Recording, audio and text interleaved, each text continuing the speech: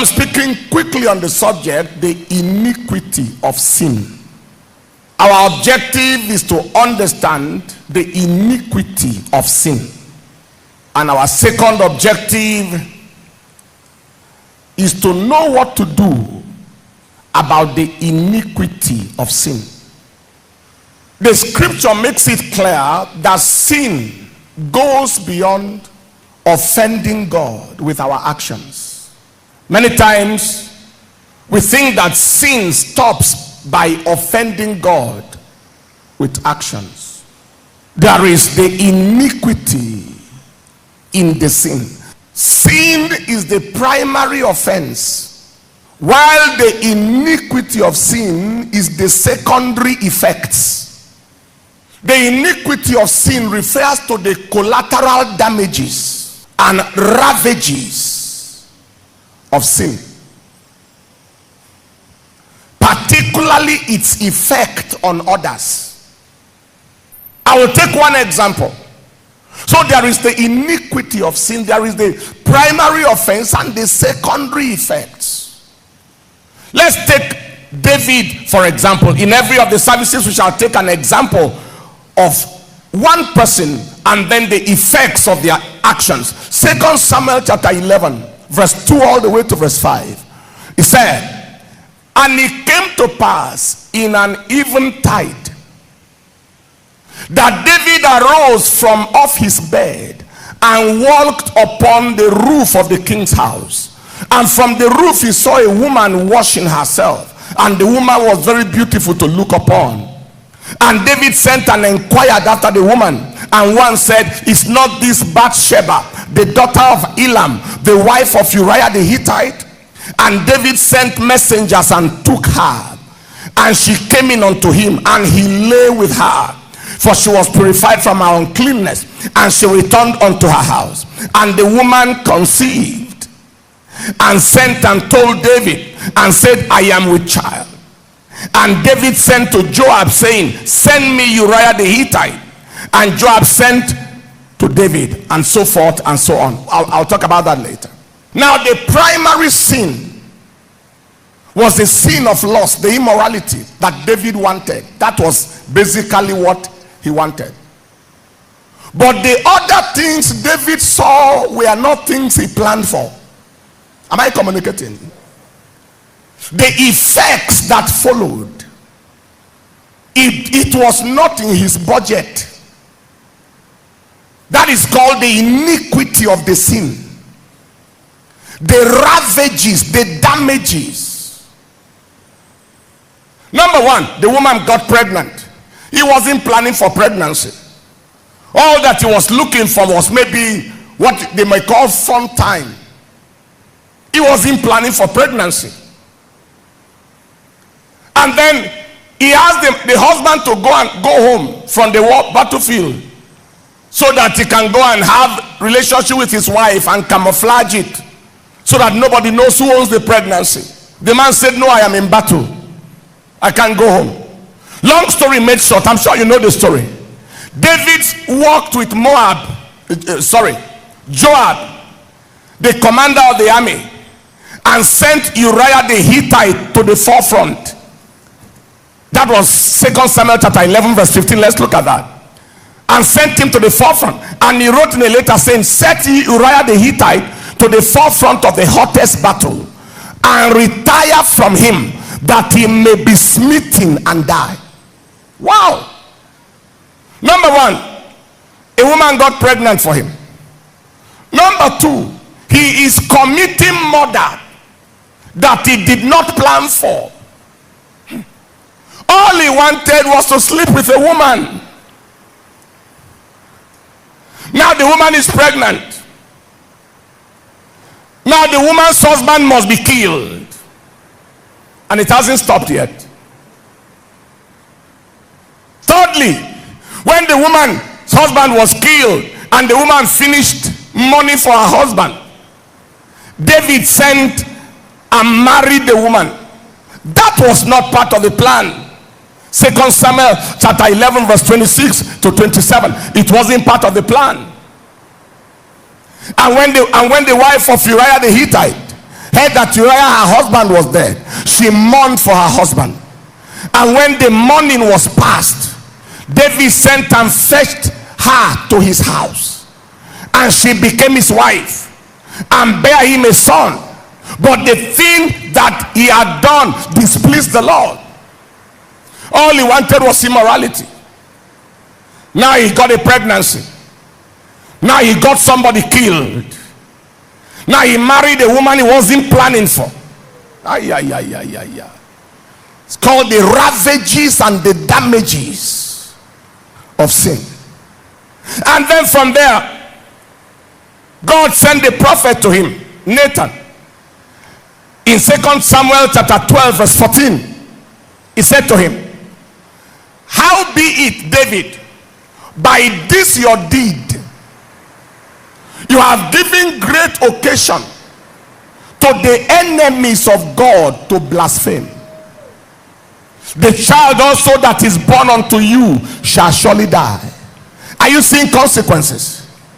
First of all, woman is pregnant. Secondly, David kills a person, the man after God's heart. He killed a person. Thirdly, he has to marry you, Bathsheba. Fourthly, he said God's name is being reproached by your action. That is the empowerment of the enemies of God. And the empowerment of the enemies of God. He said you have empowered God's enemies because you represent God to your generation. By this your action. He said, David, it is possible that you can hinder somebody from coming to God by what you have done. You see, there are many of us in the offices and places where we work that certain actions might stop people from going to church because of you. And finally, consequence number 5, generational calamity. There are things that people do today and they wonder tomorrow how their seed is not able to survive and succeed. Look at what he told him in 2 Samuel chapter 12 verse 9 to 12. Wherefore thou hast despised the commandment of the Lord to do evil in his sight. Thou hast killed Uriah the Hittite with the sword. You have taken his wife to be your wife. You have slain him with the sword of the children of Ammon. Now therefore the sword shall never depart from your house.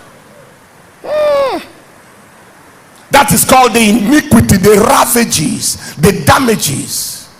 He said, because you have despised me and have taken the wife of Uriah the Hittite to be your wife, thus saith the Lord, behold, I will raise up evil against you out of your own house, and I will take your wives before your eyes and give them to your neighbor, and he shall lie with your wives in the sight of the sun. For you did it secretly, but I'll do this thing before all Israel and before the sun. Can I ask you a question? When David started, did he plan for this? All right.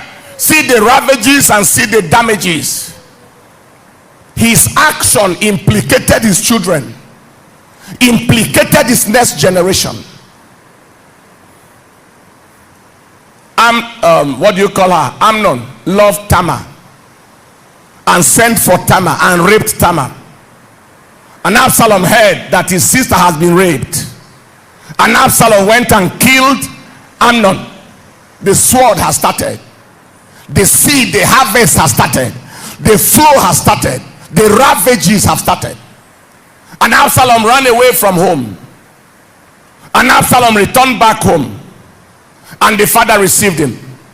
And then suddenly Absalom rises up against his father.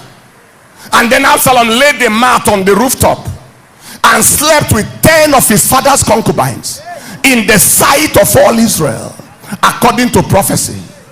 God had forgiven David, but the ravages continue. The damages continue. For example, When